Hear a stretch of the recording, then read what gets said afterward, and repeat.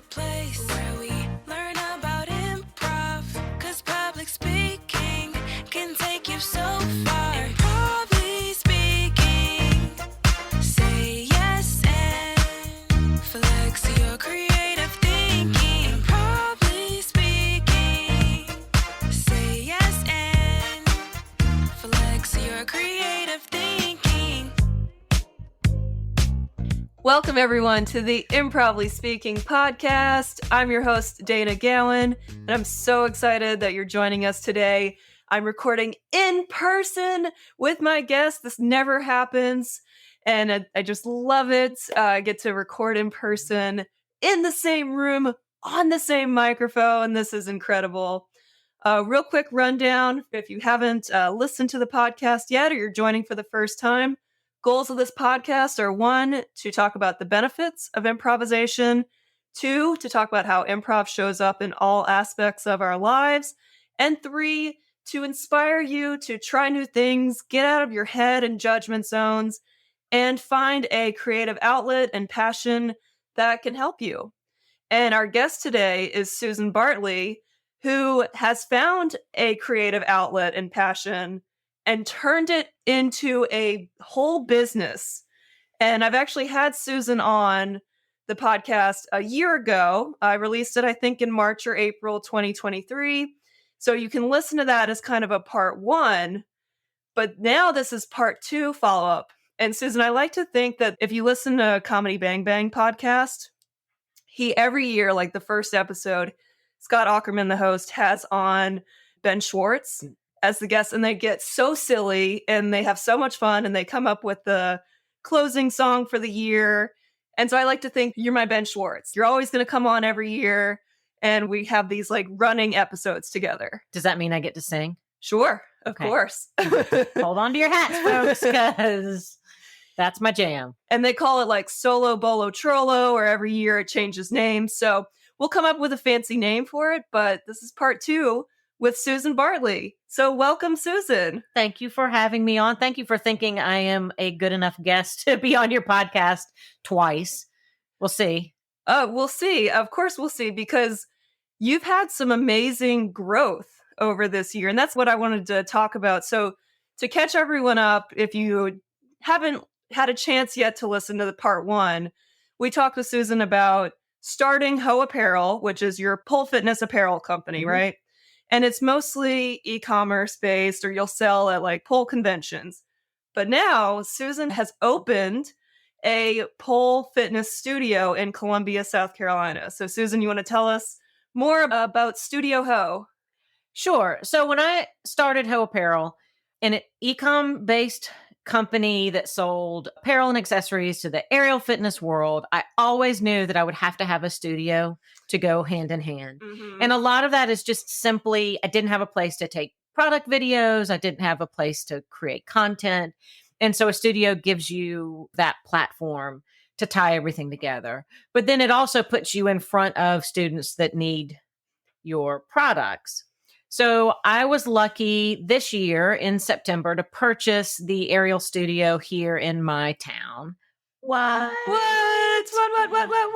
And that had been on my dream, right? Like I thought if that studio ever came up for sale and I could purchase it and then align it with Heaux Apparel and my other ventures, life would be good. Like dreams realized. And that dream was realized. It had a name before that. I changed it to Studieaux Heaux. And how do you spell that? STUDIEAUXXHEAUXXX.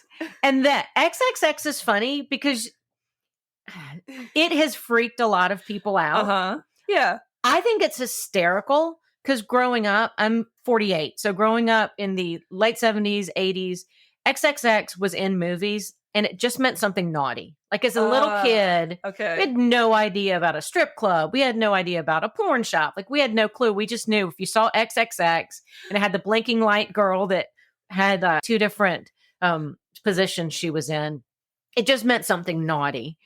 So I think the XXX is hysterical.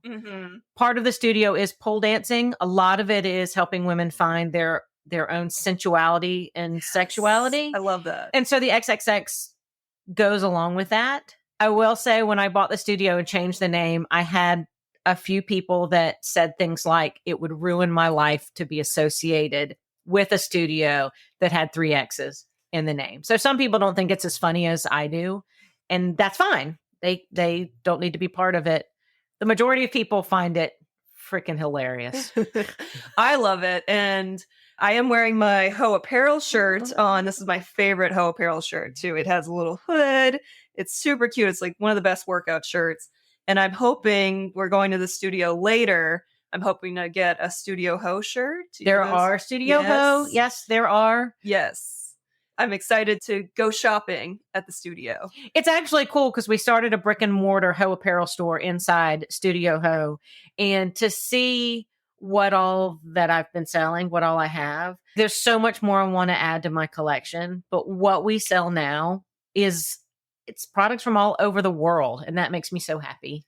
Well, and you started selling products because when you were starting your journey about 4 years ago or so, there was no store to go to buy everything. You had to go shopping here and it was hard to find. So you're curating this whole collection of products now for your students to make it easy for them to grow in their journey and get the products they need. How incredible is that? I mean, I'm biased. I think it's I'm biased too. I think it's pretty incredible. But when I meet my customers, they just get that idea when I tell them what I'm trying to do. They get it immediately and they thank me for it because it's not just for the individual student, it's also instructors. So an instructor has anywhere from 8 to 20 people in a class. And if they're all newbies and they're all asking, where do I get shoes? Where do I get grip? Where do I get knee pads?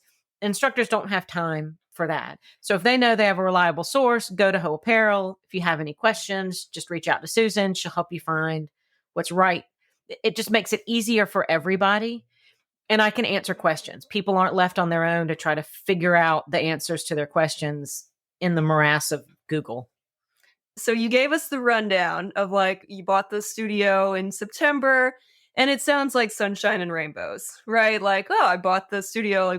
It was so easy. And I know in the background it wasn't.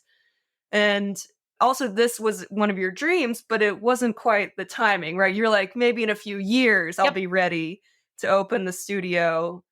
But this opportunity fell on your lap this year and you had to say yes and to it, basically. I did. And what I've been telling people, or what I've realized recently, is never in my life have I had so much and so little at the same time because finances are tight. Time is tight. All of that, if I were to focus on that, it would be incredibly overwhelming and terrifying.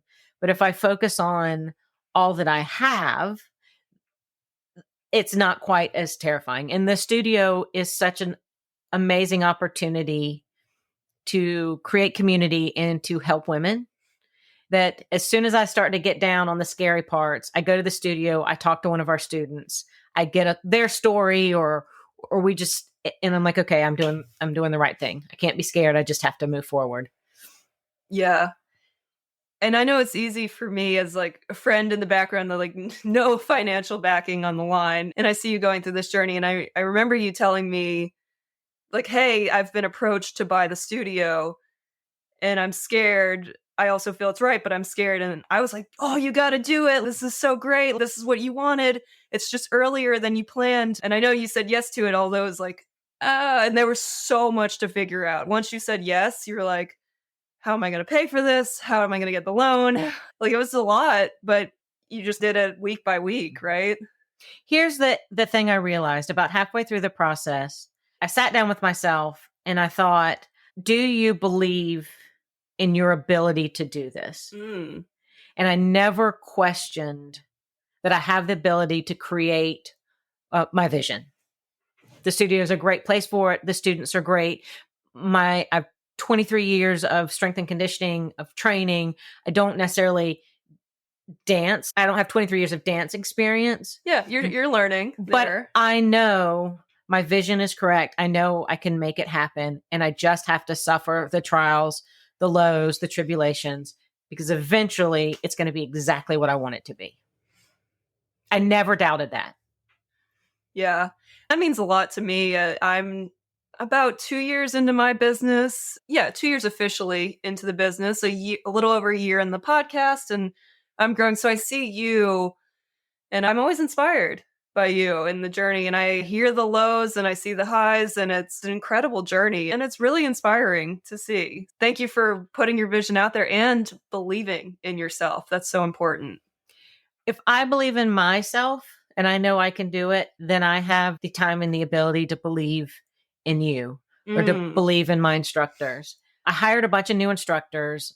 A lot of them have great dance experience and I believe in their abilities. They're not necessarily instructors yet, so they're growing into themselves. But I was talking to one of them the other day, and she teaches a really great class called Studieaux Heaux. Yes. And it's an That's exotic awesome. pole class. It's the ATL, booty popping, like there's an actual vision. And we were just chatting, and I said, have you filled out an instructor form for PoleCon to teach Studieaux Heaux at PoleCon? And she, mind blown. She just looked at me and she said, am I good enough? Yeah. Yeah, you're good enough. And you're teaching a class no one else is teaching, and you're creating choreo that nobody else is creating. And why wouldn't the world need you specifically out there to teach this thing that you're creating? And she just said, I never would have considered that. So owning the studio, believing in myself means that I can see these things in others and plant a seed that might not have ever been put in the ground and flourished. And I love that so fucking much. Yes. Sometimes we just need someone to say it. Like, we just might not ever think we're good enough. We're scrambling to ever hit those levels we're trying to reach and do all the things. And you just need that positive word, and it can bloom and blossom into something incredible once someone says it. So let's turn it all around to improv, because the yes and mindset is not just for improv. It's for fucking everything in life. No should never be an option unless, I say, no isn't an option unless there's blood, death, or vomit. Other than that, it's yes, and we'll figure it the fuck out.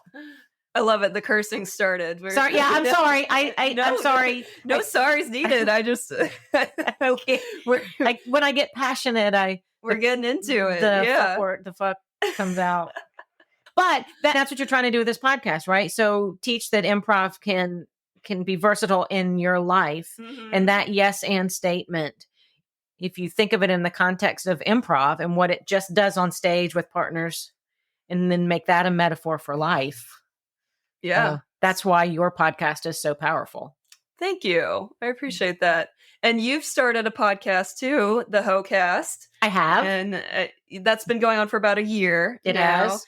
And I think we've started, I might have been a few months ahead of you, but like we're going through the podcast journey at the same time. I started because you had one. So I started, it's all because of you, because you did it. You showed me that it could be done. Well, if she has a podcast, then I could definitely. No, I wouldn't have never known the steps. But I got to watch you take the steps. Yeah. And this is what you buy. And watching someone take the steps made it seem like something I could also tackle. And what's your journey been like as a podcast host? How have you enjoyed it, and what have you learned from it? I love it so much because I have found that people out there need to tell their stories, and most of them don't think their stories are worth telling. And so when you get them on the podcast and you lure them in with, we're just going to talk about, like my friend in Atlanta, we're just going to talk about what it's like to pole dance on roller skates. Yeah. Right? That's it. That's going to be the basis. That's so cool. It is cool, right? So you would think you could do this whole podcast just on that. And then 10 minutes in, you're talking philosophy, and you're talking childhood trauma and how it shaped who you are now, and where roller skating is fit in that journey. And by the end of this hour and a half podcast, you have a full picture of this human being, what she struggled with, what she's overcome, and what value she adds to the world, all in the context of the aerial sports. Yeah. Stories are powerful. They are. Then just giving someone the platform to share. And what I've learned in podcasting over years, most people say yes when you ask them to come on. And certainly, I think I've talked with other people about this. They're like, well, I think people would say yes to having a conversation with you. And I say, sure. But when you label it as, hey, can I pick your brain or can I ask you a few questions? Sometimes people are like, yeah, whatever. But if you're like, hey, can you come on the podcast and I can hear your story and learn from your story and learn from you, and then we record the conversation, it's something for you to keep as well. People are very apt to say yes to that. I have found they are honored that somebody sees something in them worth recording. Yeah. And of course, all of my guests are wildly amazing human beings that I feel honored that they said yes. They don't realize, in most cases, how amazing they are. Mm. Yeah. That's powerful. It is too. incredibly powerful, and it's just a stupid little podcast about pole dancing. It is not stupid. I've listened to a few episodes. It is wonderful. There's a very wide range of guests because you have on the pole dancing community, but then also like strength and conditioning people and be activated people. It's really cool. And a friend of mine that fixes metabolic disorders biochemically, and he talked about female sexual dysfunction, which is an amazing conversation. Yeah. So I love it. Like the exploration is incredible. And I know we get into it about editing and letting go of perfection, and you challenged me to let go of perfection, and I'm still working on that. So if you don't know, everything has to be super precise for Dana. So yes, the edits have to be precise. She does like 17,000 edits per episode. Like she wants to present to the audience, to all of y'all, a beautiful creation. That's where the whole pod mom thing comes from. Like that's her way of putting beauty into the world. I just fuck shit up. We're just going to press record. We're not going to have a script. We're going to talk, and anything can be edited out. We can always re-record. We can always dump this if it sucks. Let's just see what happens. So just two different ways of doing things. I will say there is no script for today. There are no talking points. There was no outline. There are talking points. There's a post. There are talking points. Post-it of talking points. All right, listen, last year I had a printout of like 3 pages of talking points. You did. Okay, I didn't even fully introduce you the way I like to introduce guests just now. And I'm sitting here going, oh, I didn't give her the proper introduction. Yep. And that's okay. We jumped into it and it's fine. It's fine. Literally no one else has noticed it except for me. I'm not picking on you. It's just two different ways people do things. But the way that I do things takes a shitload of extra time to do. It does. But if you listen to your podcast and listen to my podcast, it'd probably be very clear that yours is a clean and beautiful professional podcast. Mine is a little bit grittier. Whatever gets it out into the world quicker, I think, is the outcome that you want. And I have a lot in the vault, and that always stresses me out because I'm like, I have so many good episodes, so many recorded, and it's like taking so long to get out.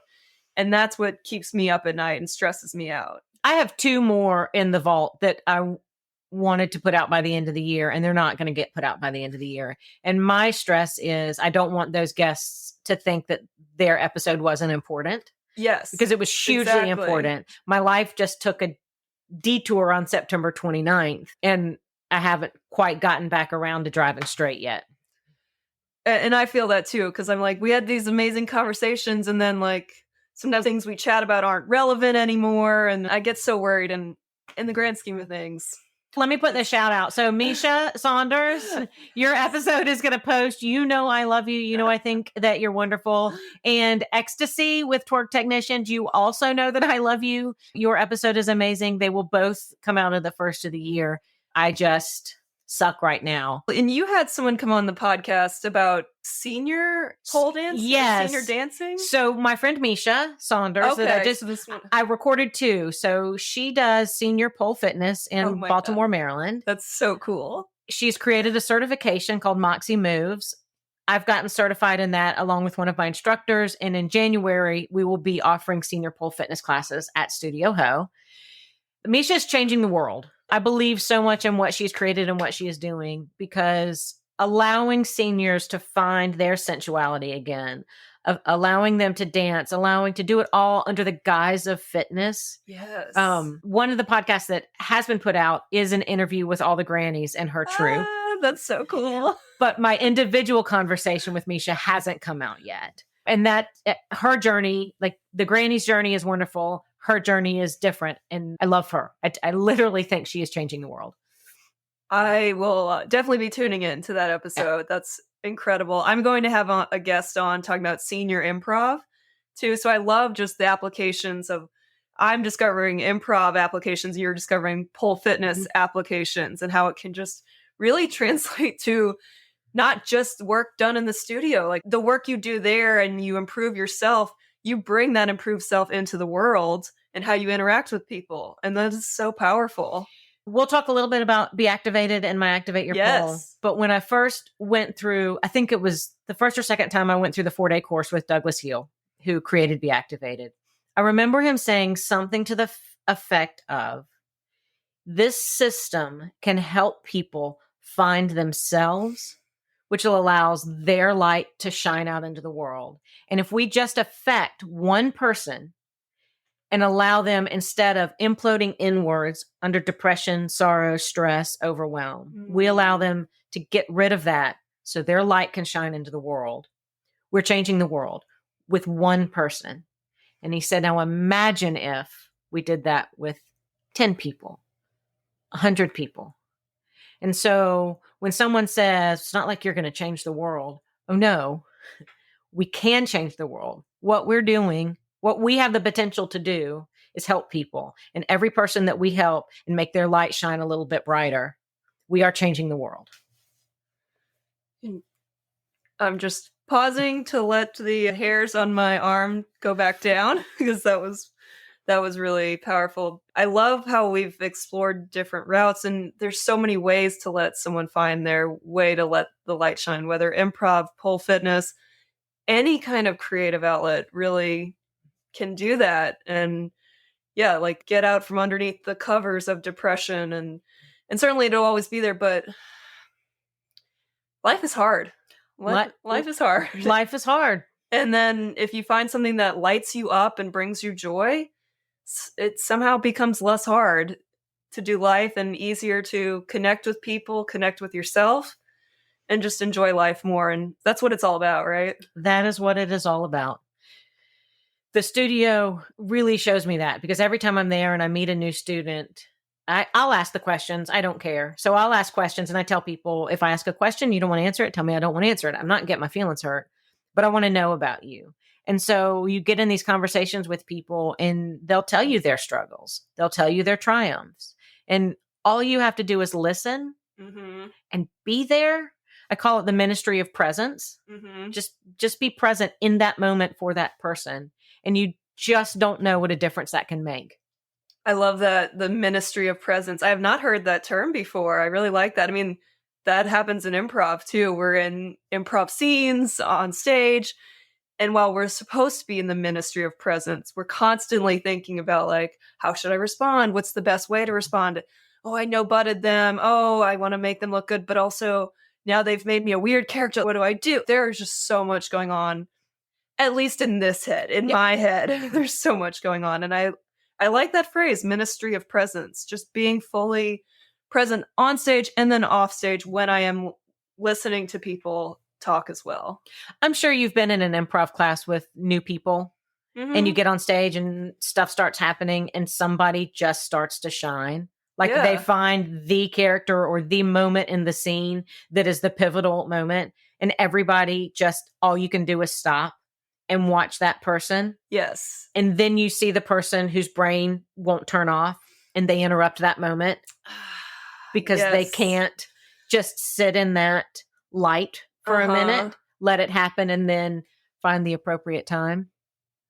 And a part of it's maybe the ego taking over, and it's sometimes it's not ego driven though. It's no. It's anxiety or oh my God, they're talking too long, or I got to get No, it's not a negative or somebody being an asshole, right? But sometimes we're just so in our heads. There's so much going around and going on.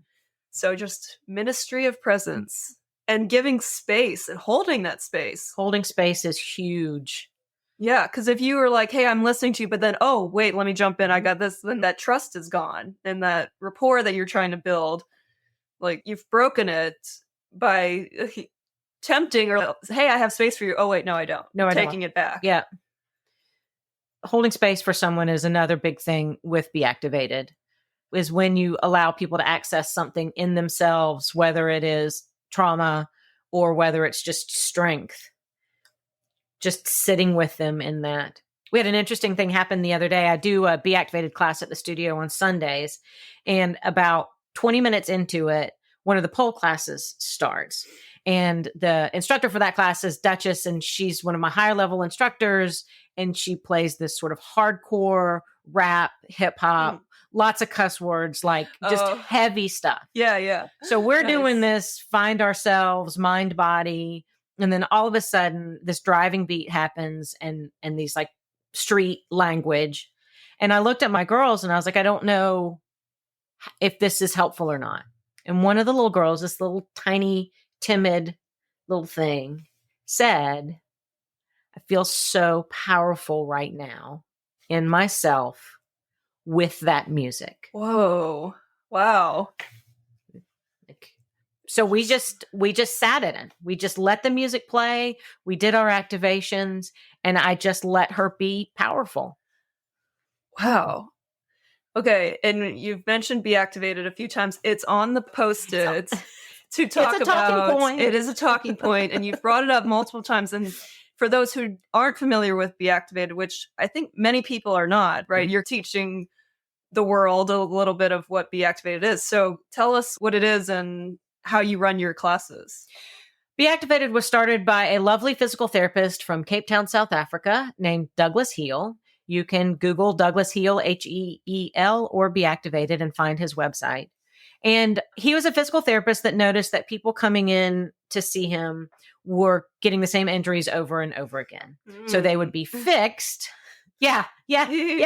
I know what that's like. Yeah, we know somebody. Four knee surgeries, 3 of those 4 being ACL knee surgeries. Yeah, I know a little bit about that. And what he realized is the way that our body shuts down when it's overwhelmed is a certain pattern, and that people run certain patterns in their movement. Mm-hmm. And unless you clear that pattern, you don't clear the potential for injury. So you were running a particular pattern that allowed you to have the same injury over and over again. Mm-hmm. So on one hand, Be Activated is a movement-based practice. It is like massage, except massage works just with your muscles.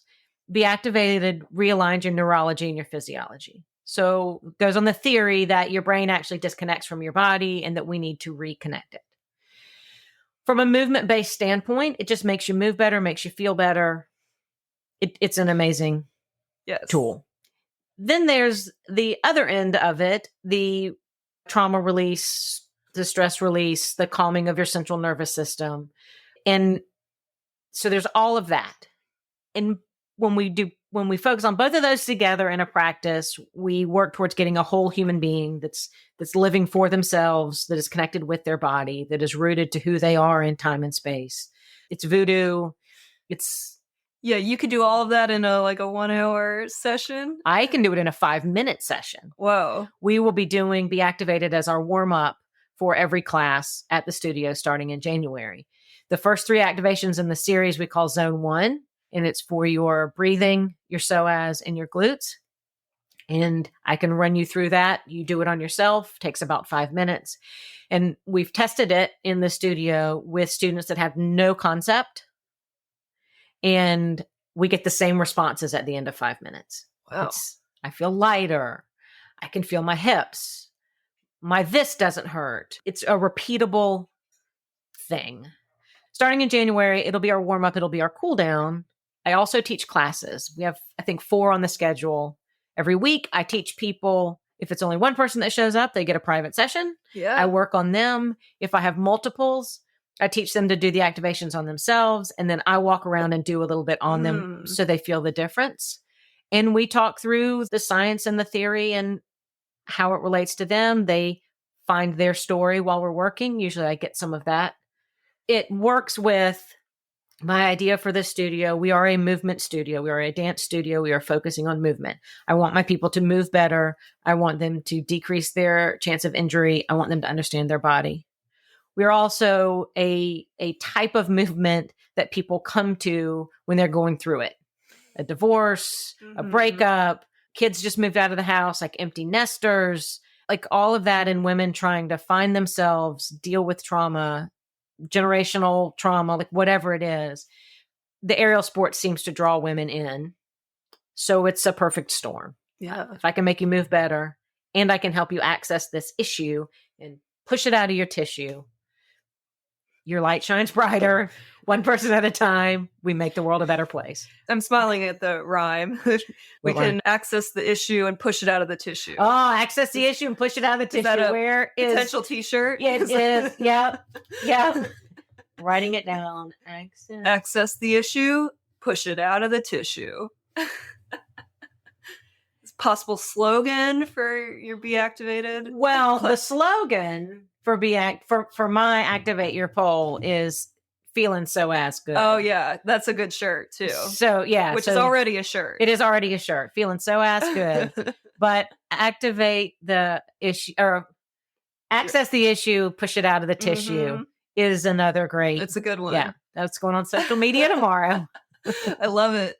And I've done some Be Activated too. As you were learning at first, you brought it back to the gym when we were doing kettlebell classes, and then you did some on me. And my experience after you do a session and go through all the points, I became one of those wacky waving tube, inflatable tube man characters, which I do have a costume of that too. But I didn't even need the costume then. I was so like wiggly and jiggly, like my shoulders were lighter, my hips were lighter. I could squat really low. There was a lot going on when I would get that done.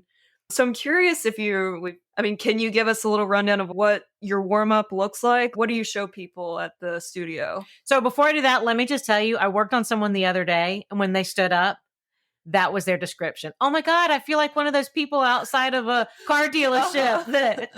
So like, it was almost like being new in my body. I think for so long, I'm stuck here. This is the proper way to be. This is the proper way to stand. Or my injury pattern has forced me to stay in that. Okay, this is the pattern that my knees don't hurt as much in. And then to I guess just do away with that and let my brain know that it's safe to be in my body. Whew.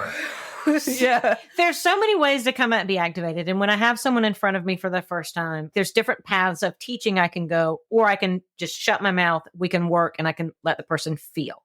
Recently, I worked on a chiropractor, and because she's smart and her brain is a thinker, I said, no conversation.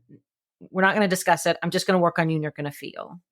But I had a client yesterday shared a story with me.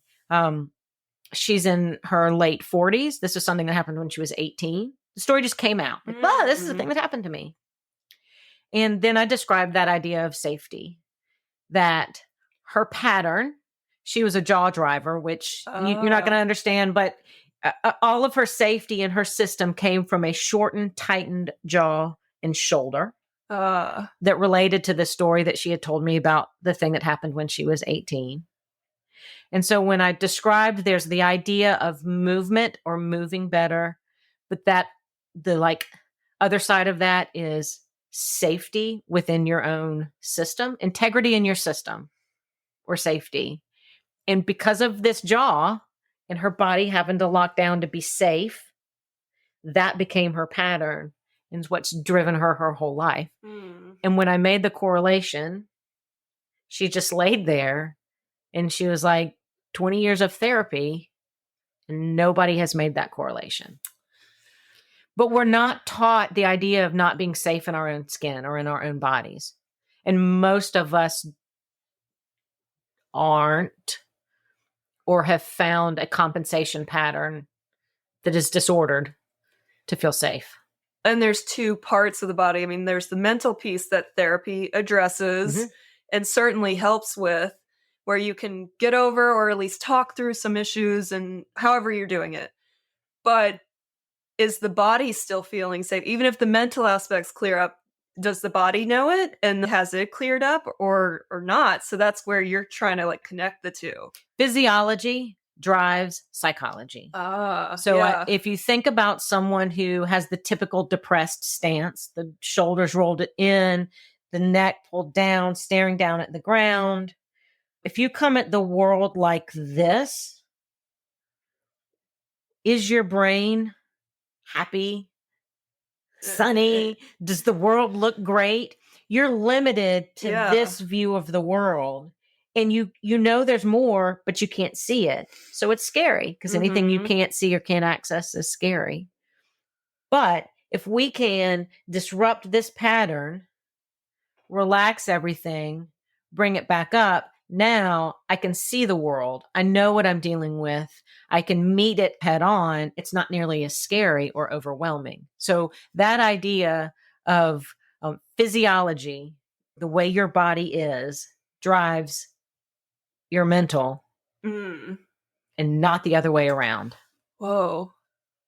Yeah, that's new for me hearing that too.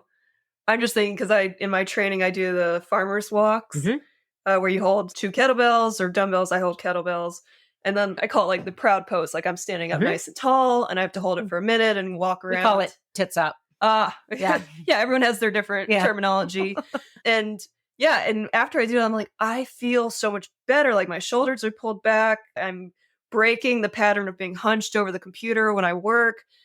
But even that feeling proud pose, and I know they have whole like affirmations and like you stand and stuff. I mean, those do work, and there's a reason why that works. For that physiology affects psychology piece of it.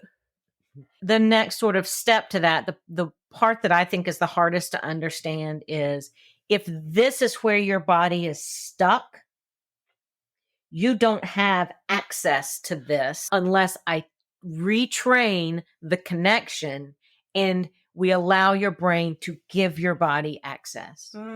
So in the pole world, one of the very simple moves we teach people in an intro to pole is a pirouette.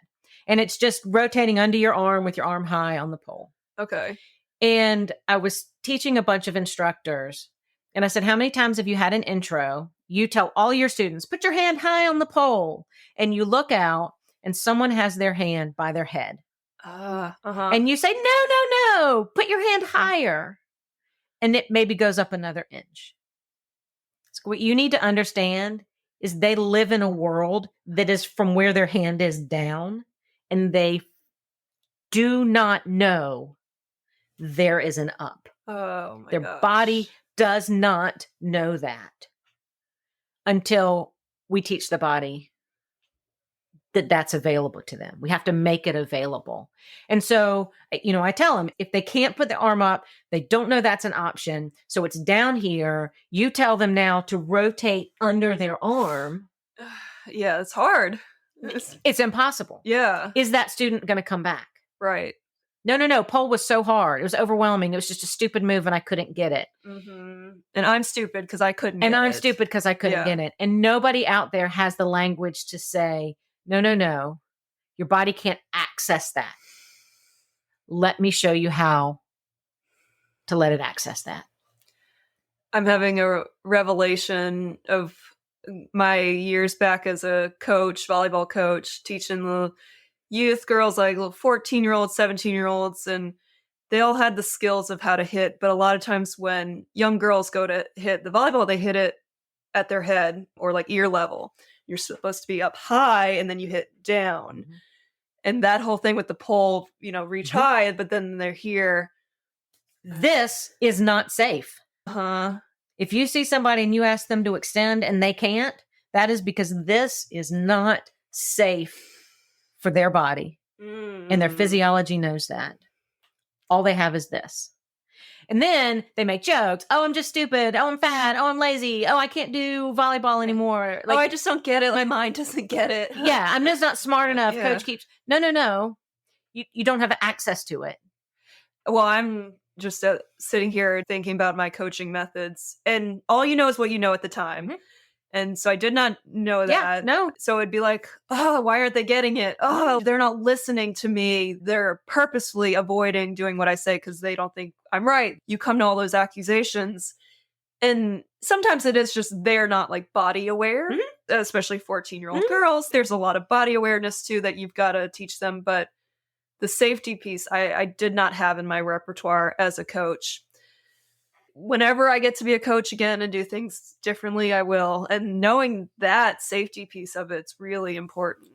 It is really important because so many people don't understand that they're not safe, that they don't feel safe in their own body, or they don't feel safe running certain patterns. Yeah. In our space, in the aerial space, we ask people to do big movements and be big in bodies that don't have that. Rome wasn't built in a day, right? I can't teach all the instructors that, but over time, at least my instructors will be able to see that in their students and have tools to bring them online. And using Be Activated as our warm up is going to help a lot. And nobody really needs to know that that's what's going to help, right? Yeah. It's just going to help.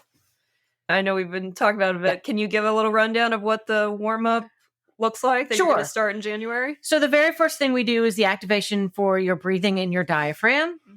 Because if you've done any breath work out there, you know that a full breath requires a diaphragm to be able to relax and come down out of the bowl of your rib cage so that your lungs can expand.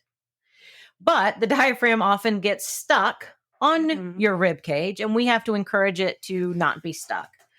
So you're going to find your bottom rib. So just play around until you find the bottom rib. And some of you, it's going to be hard to find. Some of you, it's going to be easy to find. None of that has to do with body fat. A lot of women, oh, I'm too fat, I can't find it. Tissue.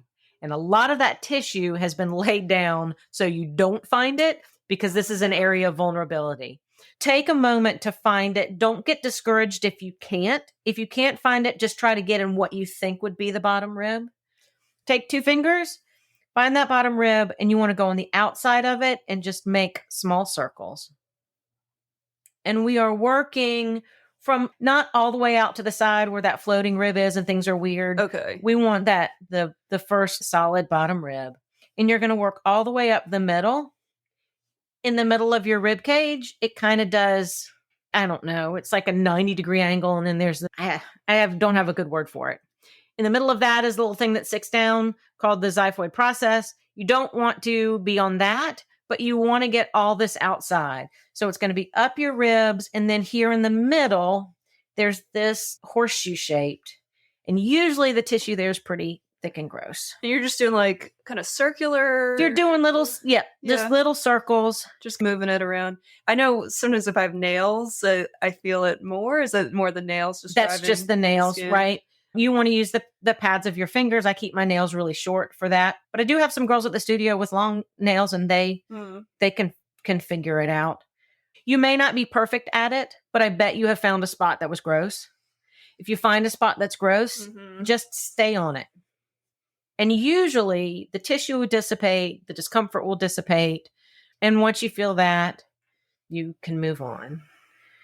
When you get to the middle, you're going to jump over that little xiphoid process to the base of your sternum. And your sternum's your breastbone. And you're just going to work with the same 2 fingers all the way up the middle of your sternum. Which could be, if you have a bra, you have to like kind of I don't worry. They were supposed to be all like proper and do you mind me touching and all of that stuff. But at the studio, like I just say, just put your, just get in there. Yeah. And if I'm working on someone, I'm like, I'm going to touch a boob. Usually they're like, somebody's touched them before you. Yeah. So it's probably fine. The sternum's an interesting place because it'll feel like bone. Yeah. Like, oh, I'm on hard bone. I don't have anything. But then the more you work, you'll realize that no, that's just really gnarly tissue. And as you're working on it, that will go away. So on my sternum, for a long time, that's what it felt like. Oh, I'm good. I'm right here on the bone. But as I've gotten the tissue to dissipate, there's actually a groove. And now I know that area is good if I can find the groove. And if I can't find the groove, it means there's some gross tissue. So you're just working up that middle all the way up to the throat hole. you don't want to poke the throat hole because that's gross. But up where your throat hole is, there's Like the where little. your collar above your collarbone, or So your collarbones are going to be out to the side, in the middle, like right into your chin. You'll feel. Do you feel that? yeah. If you poke in, it feels like yeah. but you can feel that little cartilage bony area, and it's in like a U shaped. And you just want to work the outside of that. This one always freaked me out because I don't like people touching my collarbone and stuff. Is that a pattern? Yep. It's funny when I work on people because I'll get that a lot. Oh, I'm sorry. I just don't really like people touching my whatever. And we'll have a contract. Okay. Do you not want me to touch it? No, you can touch it because I know this is good. Okay. I'm going to go. You know, we work it out, but it can be, there's discomfort in the body or pain. And then there's dis-ease of the mind. Yeah. And a lot of that is anxiety and dis-ease that's coming up here associated with what's going on in the area that we're touching. It's interesting because I've never had any trauma, quote unquote trauma, to my collarbone, shoulder areas. My knees, certainly I get weird when you're around there touching that. Ugh, like I start squirming and stuff. So yeah, it's just interesting what the mind has labeled as unsafe, even if something hasn't happened. Possibly. You don't know that nothing is happening because it can be something as little as when you were little before they had the seatbelt mandates. Your mom had to brake really quickly in the seatbelt. Yeah. Like it, I'm not saying that's it, but it can be something as small as that. But if in the moment it was overwhelmingly terrifying, then suddenly your body's that's unsafe, shutting that down. Mm-hmm. And then there's one more little place we like to go. So it is right where your collarbone comes into your sternum. There's a little corner. Mm-hmm. We just like to press that little corner. You can do both at the same time? You can. When I'm working on someone, I do one at a time. But when we're doing it in class, we just get in there for about 6 seconds. And then we clear it. And then we do hands down. And then we do a belly breath. So the belly breath is really important. You're going to go in through your nose. You're going to bring the air all the way down into your lower belly, right below your belly button. Big old belly full of air. And then you're going to push it all out through your mouth.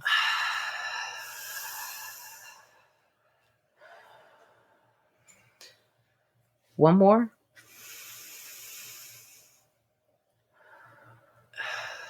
And what we're cueing people is to not let the chest rise and not let the ribs expand. That's not how we want to breathe. Those are both anxiety breathing. Oh, okay. So once we have activated the diaphragm, we've released it, we've allowed it to fall like it needs to when the lungs expand.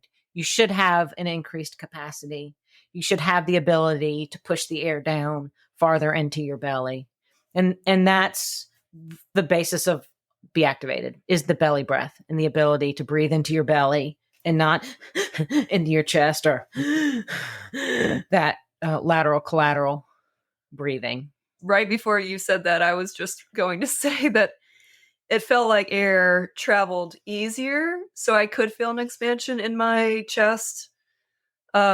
And I wasn't forcing it, but it just happened. But then I was feeling it in my belly too, so it just felt like the ease of air to my body was better. Yes, so whatever you feel is good. Yeah. So just remember that, whatever you feel is good. Even if it sounds like it's contra to what I just said. No, if it felt like you could draw breath open more, open is good. Right. More space is good. Yeah. It did not feel like an anxiety breath. Anxiety is, we all know what that feels like. But yeah, it just felt like I could almost picture it going through my body, going past the lungs and into the belly. And it's just like the ease of it felt better. And I'm also like in my head going, I do have a warm up for public speaking where I kind of like, I do some neck stretches and shoulder stretches. And I'm like, maybe I should try some little Be Activated warm ups along with the breathing. I think it would help. Activate your breathing and diaphragm and then do a couple of snoop breathing. What's that? Our cool down is part of this whole breathing process. So once we get your diaphragm to work like it should, we have a couple of different breathing exercises that we do. And one of them is called smoking a joint. So that's what Douglas calls it. And what he says is, imagine you're at a campfire and there's one joint and you don't think it's going to come back around to you. So you want to get as much out of the joint as possible. I have found that in America, weed is very prevalent. So people are no longer afraid that that joint isn't going to come back around. Right. It's not as scarce. There's abundance of it. So we don't have to worry about that. So I've elevated the story.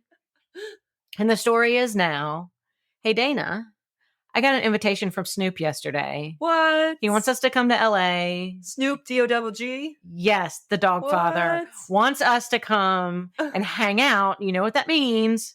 We're going to be smoking. And I don't trust that you have what it takes to not embarrass me. If we're going to go and do That this. is a legit concern, Yes, too. Yeah. yes. We are going to be so good at it that he wants to invite us back. And right now we suck. So we're going to practice smoking so that when we get to smoke with Snoop, we're good at it.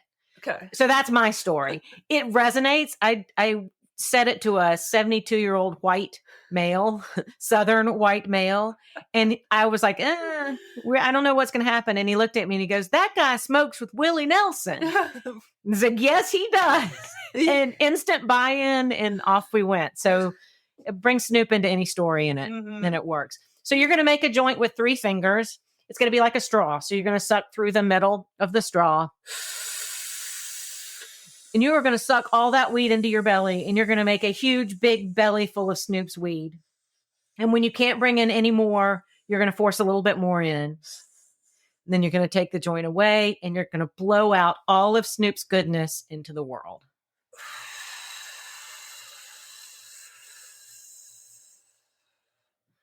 It still kept my mouth. Yeah. With the... when you, and there's something about the pressure that smoking through your fingers causes that allows you to actually feel like you're blowing up your belly like a balloon. Yeah. And I think that's what cues people to bring the air all the way down to their belly. But then also if I cue them to breathe all of Snoop's goodness out into the world, it allows people to exhale everything they've brought in.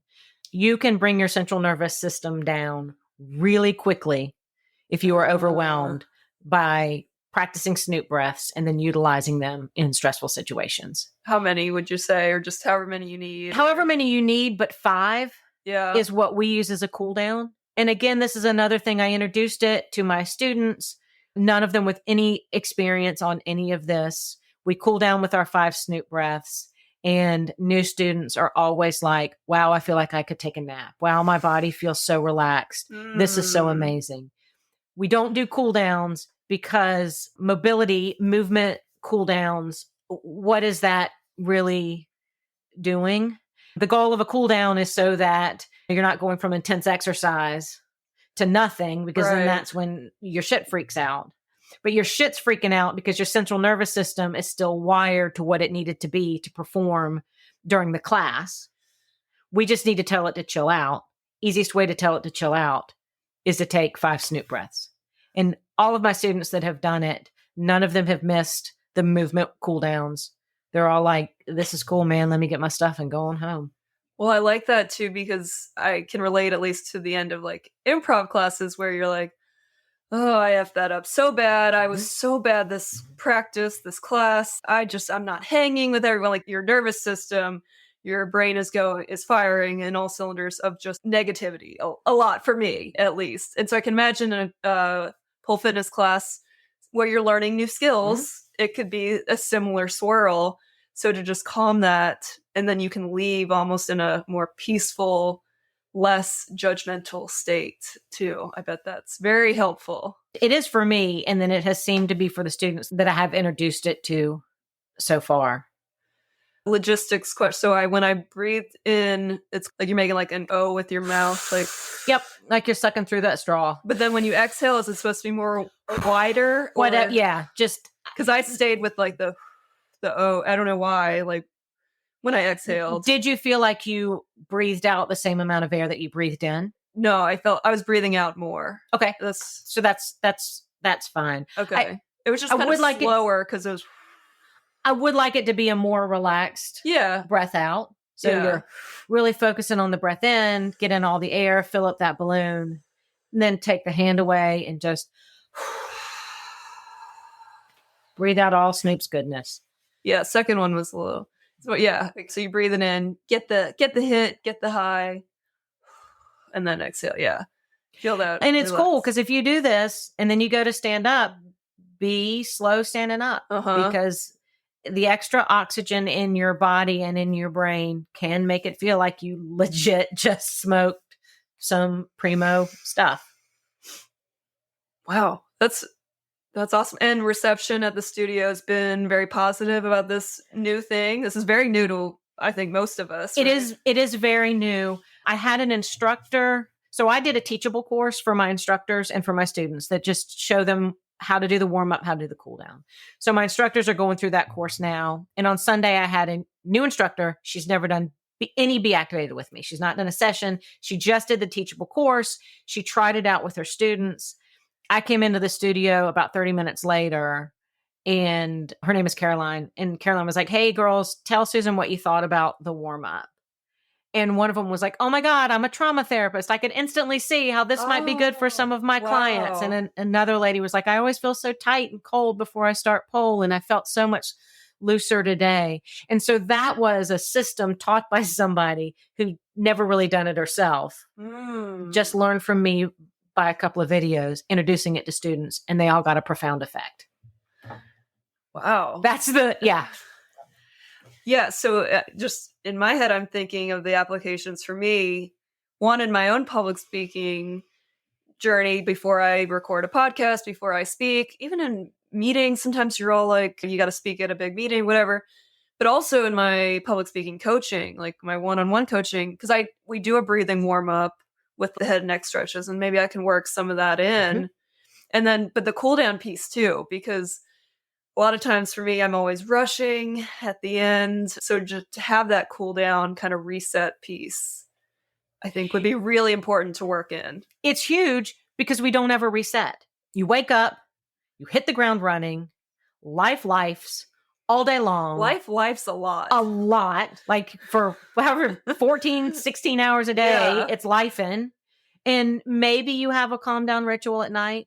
But for a lot of us, it's get in bed and play on our phones, right? Like this is my my chance to decelerate from going 90 miles an hour.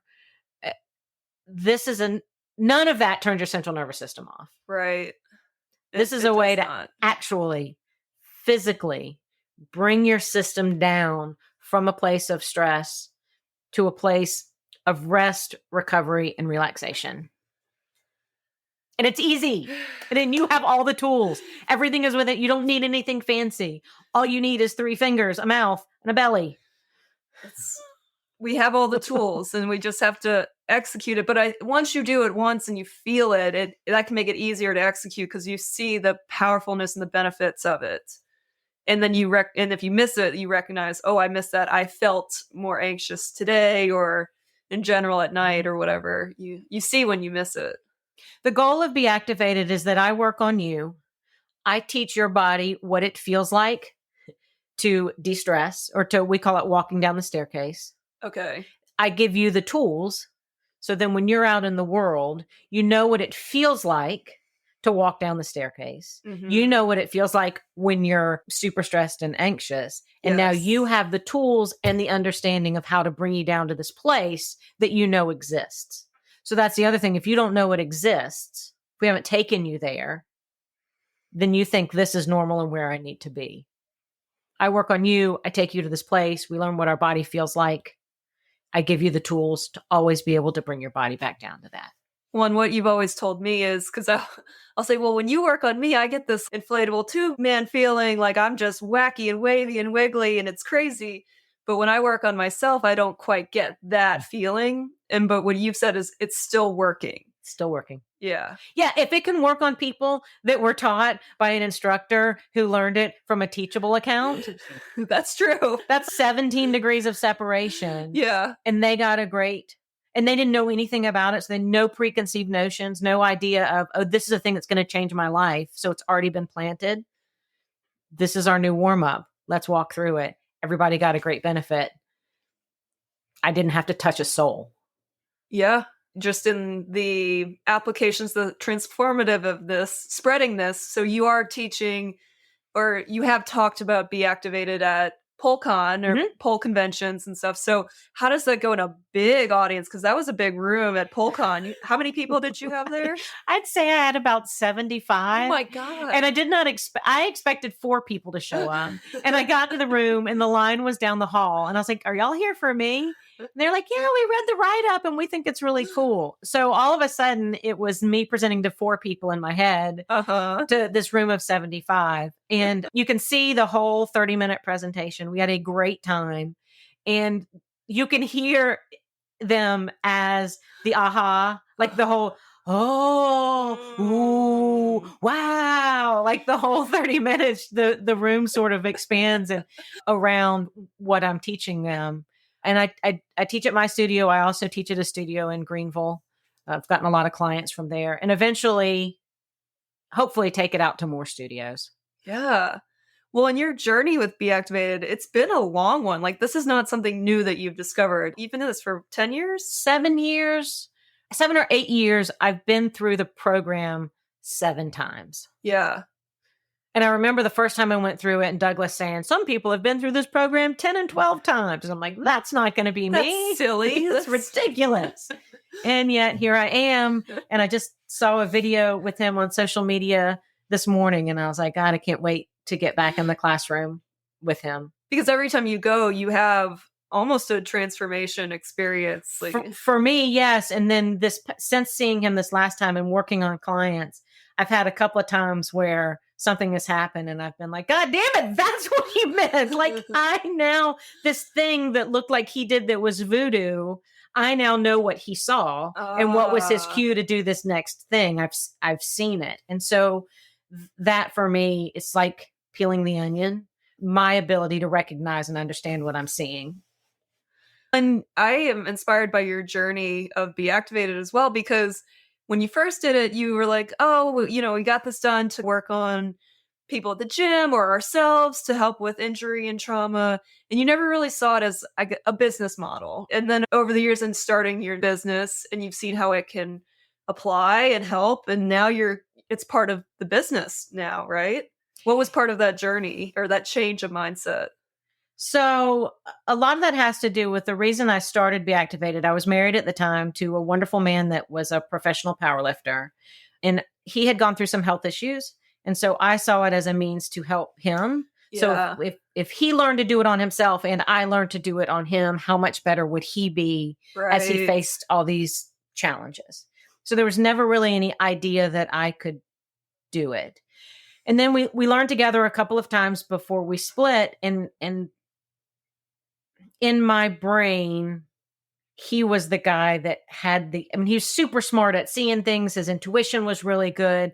And so I never saw that I was going to be good at it because he was the one that was going to be good at it. Mm-hmm. And then when we split and I went on my own and started my businesses, then suddenly I didn't have that person that was in my mind better than me. Yeah. I only had me. And I believed in the system.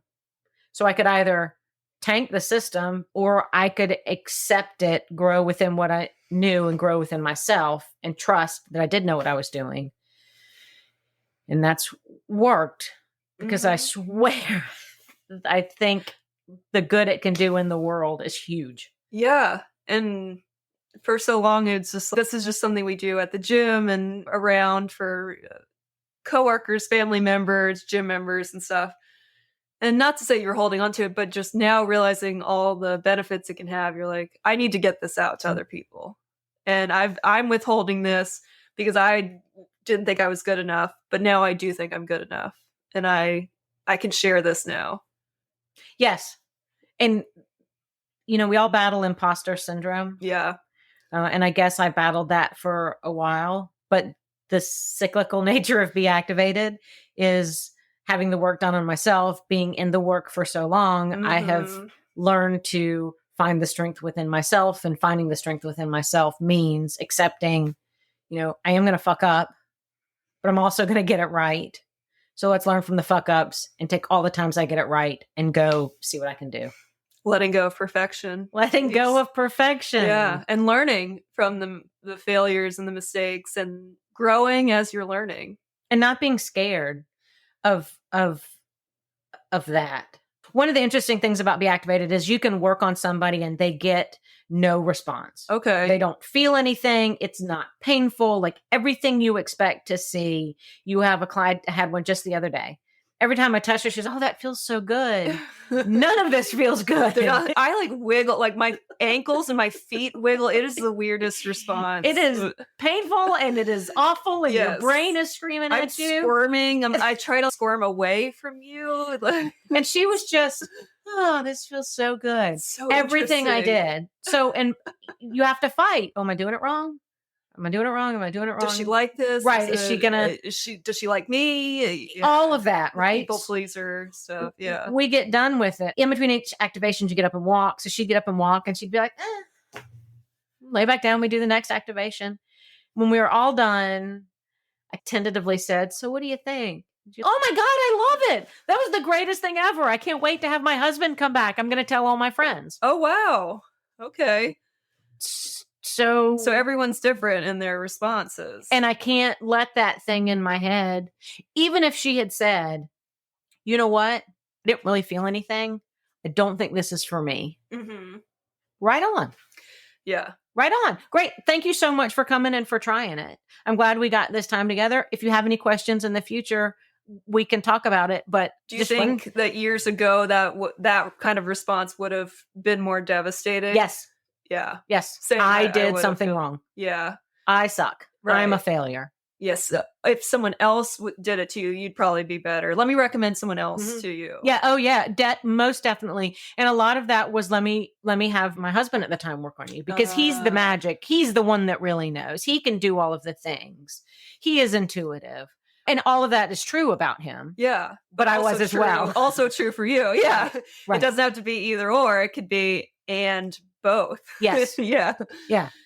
Yeah. I relate that story a little bit to my improv journey, because I wanted to get improv classes for my husband because he's super funny. Oh, God, and he's so funny. silly. He makes everyone laugh. Like, that's why we met. I was like, this guy's funny. I liked his roommate first in college when we met. And then I met Steven and I was like, whoa, he's really funny. Like, I'm And he's drawn good to looking. this. Yeah. Like, what? And he's taller than me. Okay. All right. Check. And when we were in Columbia, I couldn't really find any classes. And then we moved out to LA and I was like, oh, improv central. Like, we're definitely doing a class together. And I framed it as, we'll do it for him because he's funny. He'll probably really enjoy it. He'll excel at it. And then I'll do it for my public speaking, because in Toastmasters, we have to do impromptu speaking or table topics. So it'll help me too. And it was something for us to do together, but mostly for him.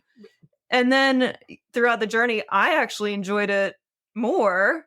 And he still is very funny in scenes, but he's so in his head right now. He's gotten more into his head, just like going, oh, I'm not funny. This isn't funny. When in reality, he is funny. He just won't let himself see it. So it's a little funk right now. I think he'll get over it. But I've really taken it on. I've started the business. I've started the podcast. So it's just funny what we go into it. Well, I'm doing it for them. And then it turns out, oh, I did it for me. How cool is that? Yeah. But at that time, you didn't know you could do it for you. Yeah, exactly. And now I take classes all the time by myself. I'm exploring clown classes and stuff. And Steven's like, no, I'm not doing clowning. Like, it's outside of the comfort zone or whatever. And I'm like, I'm in. Like, let's get weird. How weird can we get? Yeah, I won't get naked on stage yet. That's a big thing in the clown world. Until you come to Studieaux Heaux and we get you in a few pole classes, because it only takes a few before the clothes come off. Thong and pasties. That's so true, right? Yeah, no, it's 100% true. 100% true. Your first pole class, you come in leggings and an oversized t-shirt. And by your fourth pole class, you are in cheeky shorts and a sports bra or a regular bra. Because that limits you, right? It does. You can be more aerodynamic. The more skin on the pole, the stickier you are. Uh-huh. Yeah. Oh, that's funny. Yeah. And there are some pole classes around me, so I've been interested to go check them out, because you're inspiring this journey, I was like, I want to get in touch with my dance. There are so many around you. And my friend Pound Cake that is in LA. I've listened to her episode with you. She's amazing. She has a company called Naughty Godex. So you should look that up. That's also 3 X's because she gets that's funny. Yeah. There are so many studios around you and there's so many showcases that happen. She said that the 1 or 2 showcases a month in the LA area. With joint studio participation, it's all levels, beginner to professionals. Like she said, the scene is really great out there. And the goal is for Heaux Apparel to come out there and do a tour with her and then have her come to Atlanta and do a tour with me. Yes. You always have a place to stay in LA. Of course. Oh, that's really cool. Yeah. She's the best. So there's a whole world to explore out there. And even in the big cities, but also in like smaller markets, right? Pole fitness. You're making pole fitness in the Columbia, South Carolina area a big community. Now you're building community here, and there are several communities in smaller markets too. That's really cool to see. I was just in Aberdeen, South Dakota over the summer, and there's a lovely lady there named Megan Stone who teaches pole class. Wow. In this tiny tiny town of Aberdeen, South Dakota. So yeah, it's everywhere. Yeah. Same for improv, right? There's these smaller markets too that like improv is growing out. You don't have to just do it in New York or LA or Chicago anymore. Like you can find it in all these smaller markets. And that's really inspiring to me. And then you can parlay that into whatever business you're in, which is what you talk about a lot with improv, but it's so true. I mean, if you sell insurance, right? And you're having communications with customers and trying to sell them the different products, your ability to schmooze and switch topics and connect, like all of that stuff. So these classes are super important in all markets. Yeah. Susan, I just have really enjoyed this conversation. Let me check the Check the notes. Talking points post-it here. Can I talk a little bit about Studieaux Heaux? About what we offer? Yes, please. If you're in Columbia, you need to come by Studieaux Heaux. Yes. We have pole dance classes. We have sling. We have silks. We have lyra. We have chains. Did you have sling? Sling. So it's the aerial hammock in yoga. Oh, okay. Only it's faster and spinnier. It's similar to silk. So silks is what in Cirque du Soleil, it has the 2 long pieces of fabric that they climb up and twist. But sling is only one, and it's in like a loop. Oh, cool. So for beginners, it can feel a little bit safer because you have something on your back for a lot of what you're doing. Whereas in silks, a lot of it is the 2 fabrics, and you have to learn to twist it up. And, yes. Yeah. Okay. Chains? Chains. Yeah. So it's like silks, like sling, only you're in chains. And it is bad ass. Also, it has to hurt. They all hurt. Yeah. They all hurt. Every one of them hurts. Lyra hurts. Yes. I can speak from experience the 2 times that I've done it now. All right. Say that list again of everything you offer. So pole, chain, sling, silks, lyra, twerk, chair dance, strength and conditioning, and flexibility. And then like exotic pole classes, the Trap House Heaux, which is taught by one of my amazing instructors. And then we have another one called Slow and Sexy Heaux. Yes. And that one's more of the really sexy R&B that's out there. If you did not know, this is not the R&B that like our parents listen to. That's Barry White. Barry White. You know, the Come On Baby. Like that. This is Can't get enough. Yeah, no, this is I Want You Naked, and we're gonna do this, and this. But those songs are great fun. So we have other classes that then incorporate the skills that you learn on the apparatuses. Make it sexy. Don't make it sexy. You missed Be Activated classes. You have that now. And we have grip strength classes. We have yoga classes. We have a goddess yoga class, and then we have a pole yoga class. How do you do pole yoga? I am not certain. She has bought a book that has all the yoga poses and how they coincide with pole poses. That's so cool. We're creating a class around that. Yes, and. The feet up, if anybody's familiar with the feet up, it looks like a squatty potty, only it's for shoulder stands. Okay. Your head goes where your butt goes in the squatty potty and your shoulder are on the arms, and it helps people invert. Yes. The goal is to have a class in that next year. And I don't know if you've seen the mini slack lines that are on like a skateboard. Oh, no. And then they have a slack line. I want to bring that on as a class. Acro, eventually, contortion, eventually, hula hoop. We have the fire people coming in February to do fire dance. Cool. Yeah. Wow, that's so much. And open gym too for people to practice. Yes, right? that's the big thing. We have open studio once every day, at least once every day. And it's an hour and a half to come on the apparatus of your choice and to practice what you've learned in your classes. Man, it's a lot. That's that whole list, just one that you remembered it all. And then two that you're offering all that. I'm like, how are you not living at the studio right now? I do live at the studio right now. I do. Yeah. But part of it is just because, like yesterday, I went to drop off paychecks and I got in there and students were doing cool things. So I got my video camera out and I started, doing some social media content videos. And then you're chatting with them. And then an hour goes by and you were just going to be there for 5 minutes. But yeah. Oh, I love how this has expanded. I'm pretty sure last year we were sitting here and I asked, like, where do you see this taking you? And you said, I eventually want to own my own studio. And a year later, you're doing it with a list of 10 to 15 different classes taught by amazing instructors and people bringing this to Columbia. Like, how cool is that?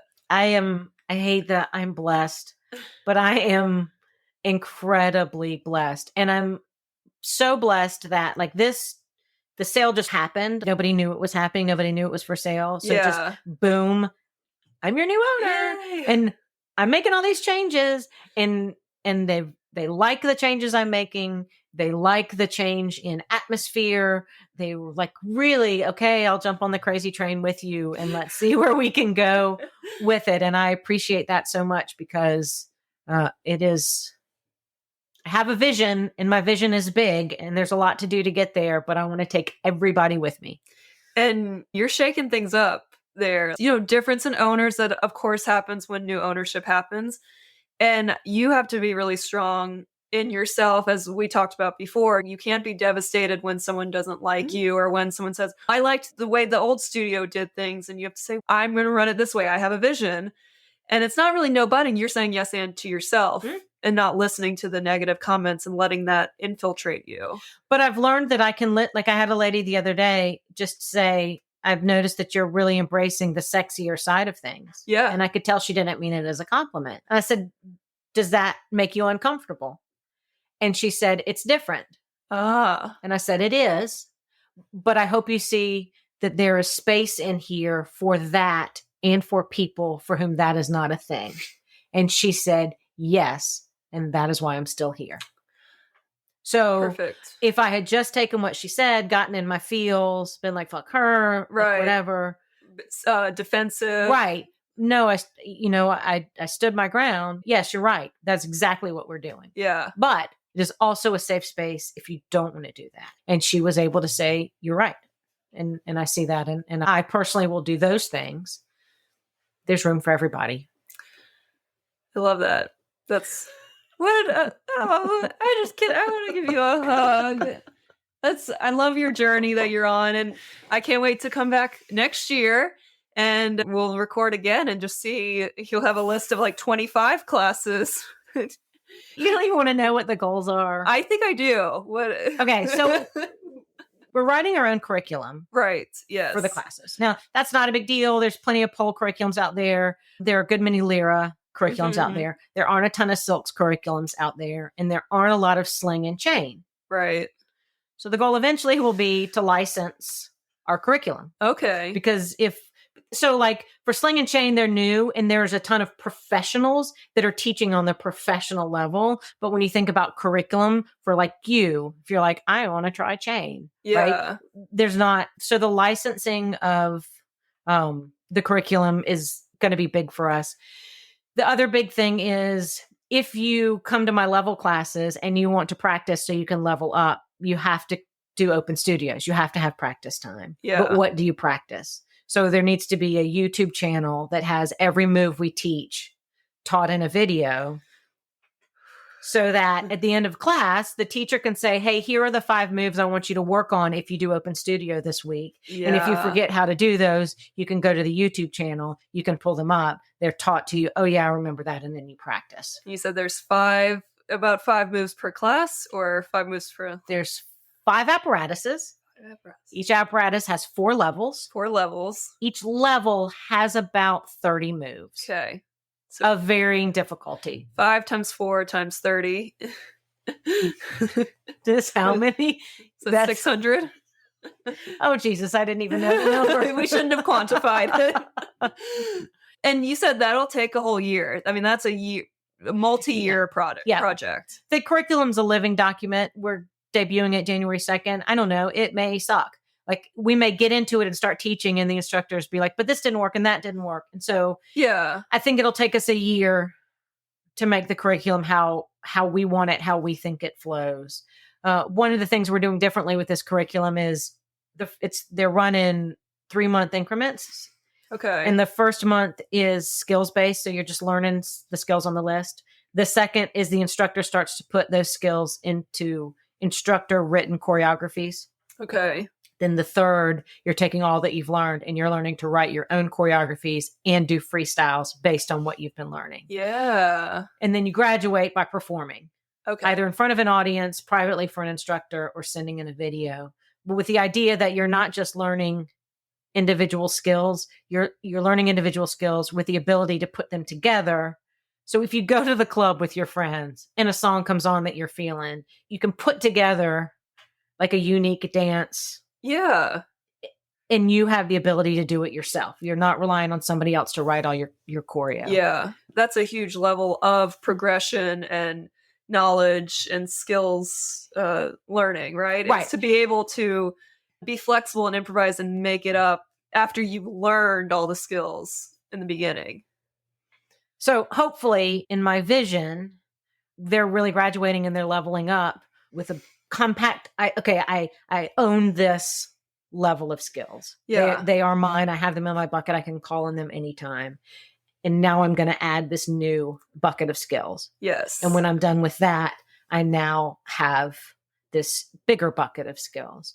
So that when they graduate from the 4th level and become what we're calling veterans, they can pretty much pull anything out of their back pocket and just do it. Mm-hmm. They have the confidence. Now you may need someone to write choreo. Like, you're going to need help. Everybody needs help. Yeah.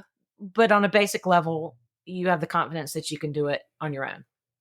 What do you consider? I know there's like a lot of financial goals around this, but what do you consider a success to be in the business? Well, if we're still open a year from now, Big success, huge, right? Yeah. huge Yes. success. Mm-hmm. That's goal number 1, right? So for Studieaux Heaux, it's basically just that I can pay my instructors. Yeah. And that we're 'Cause you're still a functioning. very new business, and it is rocky. It gets rocky. It's in the scary. beginning. Yeah, it is scary. Financially, it is scary right now, but I believe in what we're doing, so I don't let that overwhelm me. Yeah. The goal for the studio in a year is to just still be here Mm-hmm. and still getting stronger. Love I'll that. set a bigger goal then. For Heaux Apparel, it's the same. I need to grow my customer base. Yeah. I don't think Heaux Apparel is going anywhere. I just need to have the time to spend towards it. You're being very spread amongst all these businesses. Yes, I am. And for Activate Your Pole, I want the activation community within my studio to be strong. And I want other studios to start to recognize the power of what I teach and have me come teach at their studios. I think that will grow in 2024. Yes. And then the podcast just to remain awesome. Yeah. I got so many people to interview. Not enough time. Not enough time. Just pick 24 people for next year and have at it. Love it. Where can everyone follow your journey with the studio, with Be Activated, with Heaux Apparel? Where can they follow you? Instagram, there are 4 different ones, or 5 different ones if you count my private one. So for Studieaux Heaux, it is at STUDIEAUX.HEAUX. No, there aren't triple X's because Instagram won't allow triple X's to be in anything. I was going to ask, did somebody have that handle? No. It took me a long time to realize I think Instagram just does not like that. the naughtiness. Yes. Yeah. Okay. That's for the Studieaux. For Heaux Apparel, it is HEAUX.apparel. I think if you put in HEAUX apparel, it's going to come up. And I will put it all in the show notes too. I'm not great at remembering. I'm testing all your memory of all your Instagram handles. Yes. Activate your poll is just activate your poll. All one. No one word. had that handle. Nope. That one was easy. No triple X's. The Hoecast was hard. Yeah. So it's _Hoecast 1X _ podcast. And then my personal one is the word birthday cake, but there's no H and there's the number 2 after it. And I promise if you follow all 5 of those, you will understand what my life is like. And you actually don't post a lot of you post different things on each one. So every morning I hurl myself out of bed. I get in my car. I drive to Brugger's Bagels. I get a big Diet Coke. I sit in my car and I do all my social media. Yeah. So when you say you get at least a post a day, you mean you're posting on each one? Each one gets a post a day for the most part. Oh my gosh. Plus, I have a handful of friends that get funny memes or reels. I'm one of them. That all happens. I get it all done through various Diet Cokes. And then at around 9, that's done. And I'm able to go do whatever I need to do for my day. Wow. Okay. I'm impressed. Because I thought you just meant post on 1, but you meant post on 5. I have a hard enough time posting on 1. I have 2 accounts, and I have a hard enough time posting on 1 or both of them. So I work with a lot of business people like you that are overwhelmed and scared of social media. God. Producer Alfalfa is coming in and telling us that we've been in here too long and that no food has been put out for everyone to eat. Alfalfa is signaling that she said it's done. Time is done. We're done.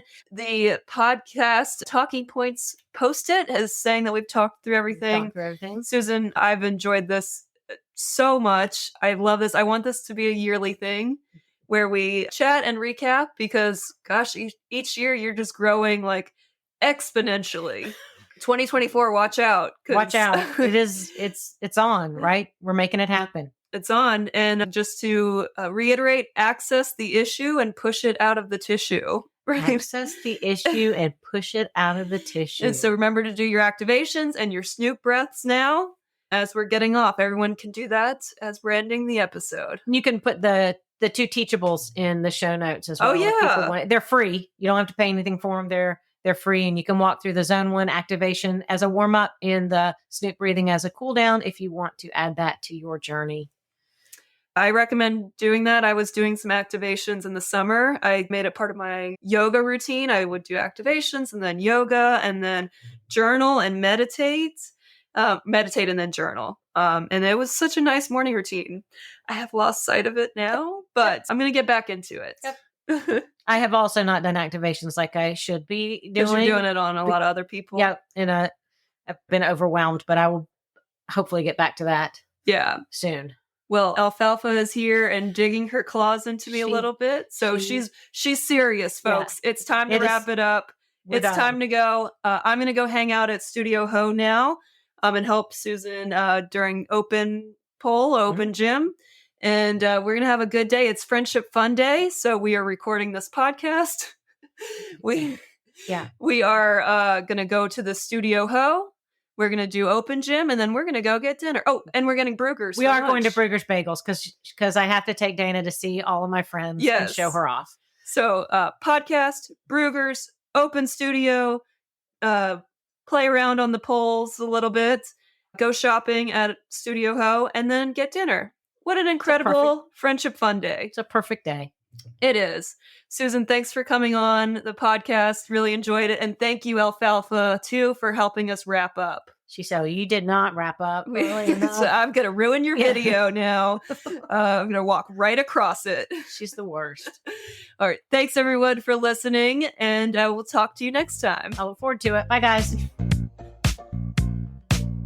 And thank you for listening to today's episode with my bestest friend, Susan. Isn't she the best? She's just so great.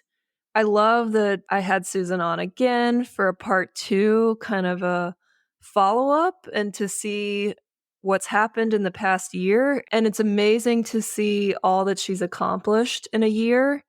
It's really incredible to see how much she is growing this business and how much she's growing her brand and community. I know it's a ton of work. I know on the back end from talking with her, and she was very transparent about it, she's stressed. It's so much work. I mean, it's taking up all her time. I mean, all her focus. And, that'll be the case for a while. But honestly, she's doing what she loves and what she's passionate about. And she's doing the thing, At least for me, I've always dreamed of having my own business and being my own boss and leader and making decisions. And certainly I'm on my way doing that right now with my business, Improbably Speaking. But Susan has now opened up her own brick and mortar studio and site, which I know is just an extra layer of work and having a staff involved. I mean, it's just incredible. I am doing a journal challenge for the new year, and one of the questions was list 3 people who inspire you and why they inspire you. And the first person on my list is Susan.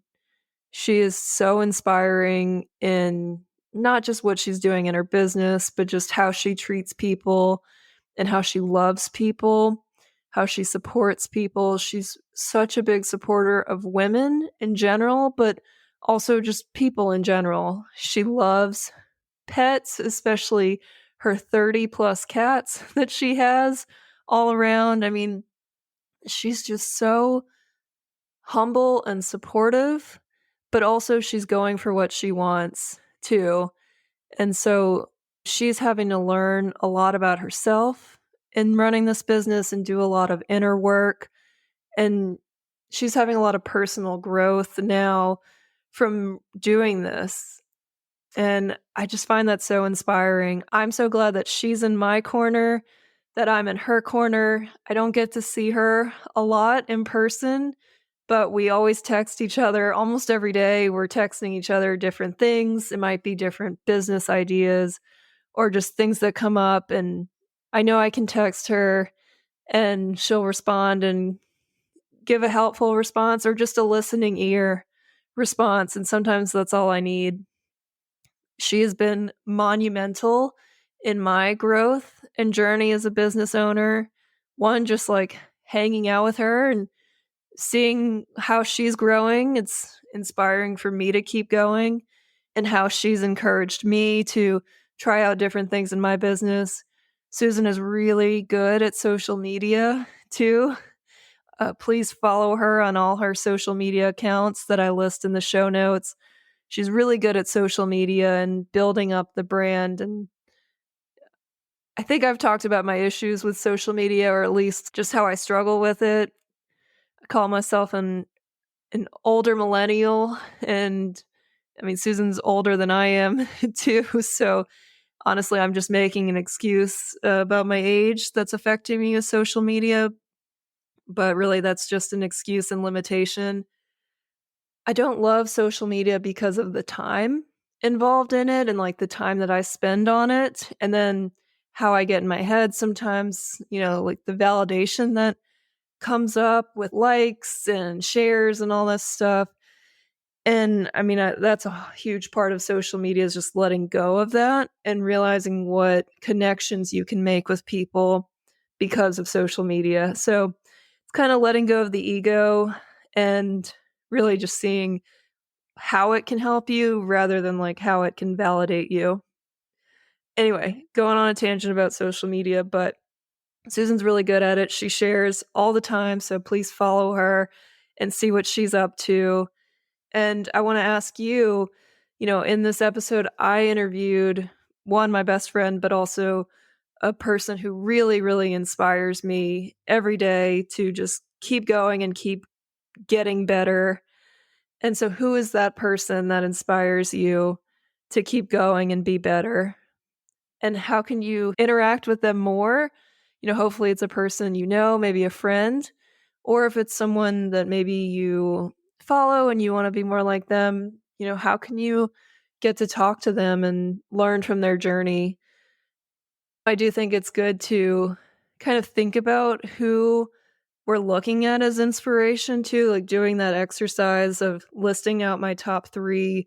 It was kind of eye-opening to me. One, it was Susan, and then the other people were other speakers who I know personally, and like I've watched their growth and development and how their business has grown tremendously, and they're great speakers, and I just want to get to their level. And so I think it's important to just be around inspiring people and have them influence you, not like influencers, but just, you do get influenced by the people that you hang out with the most.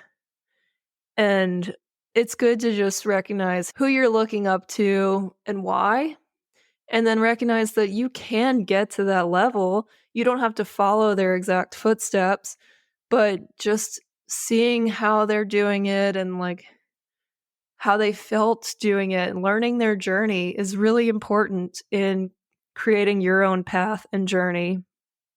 So who are the people that you find the most inspiring, and how can you learn from them? One other thing, I also loved how Susan called me out on my perfectionist tendencies. She's so right. We had a great time and a great interview, and honestly, none of it was really planned out. So I love that we did the Post-it exercise and just, let it be, let it go, let whatever happens happen. It's such a good exercise and just letting go of control and perfection. And I really enjoyed that today. And, sometimes you just need your friends and your people to call you out, put you in your place, and not fight it and not be defensive and just be like, yeah, you're right. Because that's how growth happens and that's how you get better. If you enjoyed this episode and had anything resonate with you that you want to share your inspiring people with me, I always love hearing from you. You can reach out to me at dana@improvlyspeaking.com. That's DAYNA at improvlyspeaking.com. You can also reach out to me on Instagram at improvlyspeaking or on LinkedIn at Dana Gowan. And you can find out more about my services and offerings at improvlyspeaking.com. And I will add, Susan is a fellow podcast mom or pod mom. She has her podcast called The Hoecast, which is very fun. And even though I do not do aerial sports or pole fitness, I love listening to her guests because, speaking of inspiration, there's lots of great inspiration and takeaways and lessons learned from her guests that she has on. So I love what she's doing with the podcast. And I mentioned that she's a pod mom because I recently opened my merch for podcasters store on Threadless. Right now I have a pod mom gear. I have quite a few different designs, and you can create t-shirts and sweatshirts, tank tops, notebooks, magnets, pillows. There's all kinds of stuff you can create with those designs on the store. And it's so fun. I just love having pod mom gear. And I plan to wear it all the time. So I'm actually wearing it right now, recording this, of course. So if you know any podcast moms or podcast hosts who love and are obsessed with their little baby podcast projects, then they are a pod mom as well. Please tell them about this pod mom swag. I will be making pod dad swag soon enough, I promise. But I wanted to start with the pod mom swag because I'm a pod mom and that's what I resonate with. You can find the store at improvlyspeaking.threadless.com. That's THREADLESS.com. So improvlyspeaking.threadless.com. And usually they have sales and stuff going on. So usually you can get the swag at a good price too. All right. Thanks so much for listening and supporting Improvly Speaking. I'm so grateful you're here. I'm so glad you tuned in today. Go out and flex your creative thinking. I'll talk to you next time.